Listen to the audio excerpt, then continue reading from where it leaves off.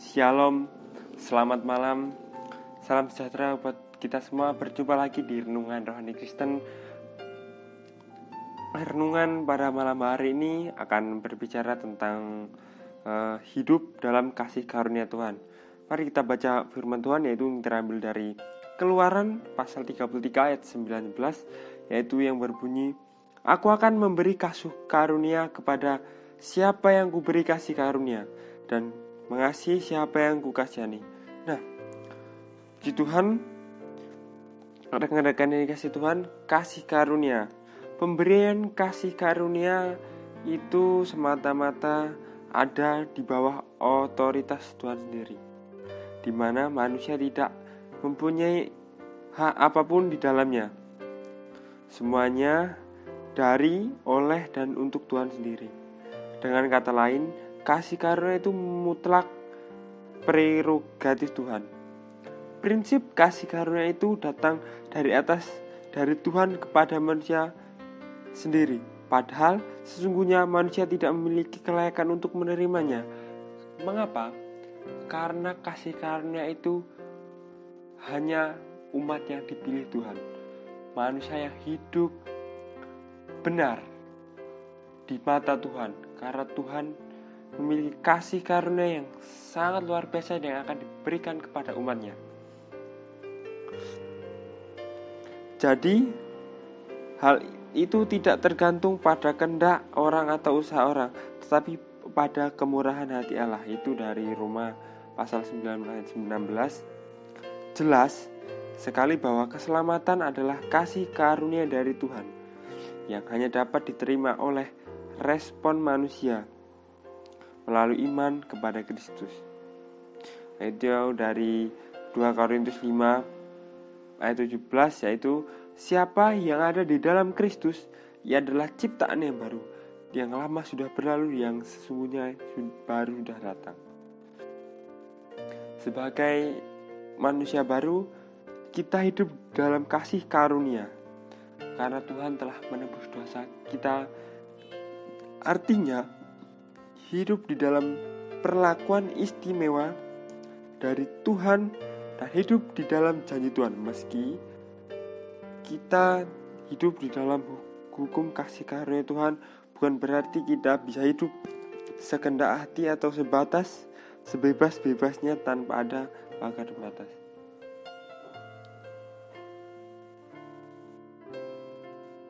Nah, sebagai umat pilihan Allah, kita yaitu umat manusia harus selalu hidup di dalam tuntunannya, di dalam firman-Nya, di dalam kebenarannya, karena Tuhan telah memberikan kasih karunia yang sangat luar biasa kepada hidup kita. Marilah kita berbuat benar, bukan saja hanya berbuat baik, tapi berbuat benar di dalam kasih karunia, bertanggung jawab atas kasih karunia yang Tuhan berikan kepada kita. Nah, saudara-saudara yang dikasih Tuhan, di ayat 2 Korintus pasal 6 ayat 1, yaitu jangan membuat menjadi sia-sia kasih karunia Allah yang telah kamu terima. Nah, apalagi sampai menyalahgunakannya. Menyalahgunakan kasih karunia berarti sengaja melakukan pelanggaran dalam kesadaran dan pengetahuan kebenaran. Kiranya firman Tuhan dapat kita ingat dan dapat kita lakukan dalam kehidupan kita. Mari kita satu di dalam doa. Bapa surgawi, Bapa yang penuh kemurahan, Bapa yang ada di dalam kerajaan surga, dalam nama Yesus kami mengucap syukur dan telah kami terima kasih padamu.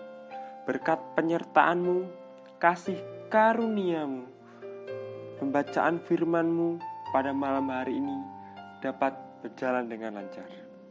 Semoga firman-Mu menjadi pedoman dan hidup dan kekuatan kami, baik rohani maupun jasmani. Sekiranya kami dapat melakukan firman untuk memiliki tanggung jawab akan kasih karunia yang telah Engkau berikan.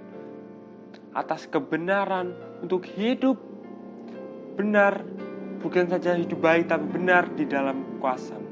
Selalu melakukan firman-Mu, melakukan kebenaran-Mu, karena hidup ini hanyalah untuk kemuliaan kasih dan penyertaan-Mu. Bimbinglah kami ya Tuhan, anak-anak-Mu, untuk memiliki kasih karunia yang telah Engkau berikan ya Tuhan. Karena hanya Engkaulah yang dapat menuntun kami melalui Roh Kudus, penyertaan-Mu yang maha mulia ya Tuhan. Bimbinglah kami seterusnya ya Tuhan, untuk selalu melewati kehidupan ini dengan baik ya Tuhan, selalu berada di jalan-Mu ya Tuhan, dan tidak akan goyah ya Tuhan, selalu hidup di dalam kuasa firman-Mu ya Tuhan.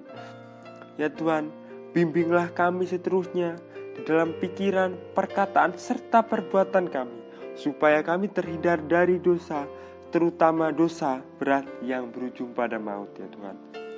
Demi kemuliaan-Mu yang lebih besar ya Tuhan, pakailah kami ya Tuhan sebagai alat-Mu untuk dapat menjadi garam dan terang dunia dimanapun kami berada. Terima kasih Bapa, terima kasih Tuhan Yesus.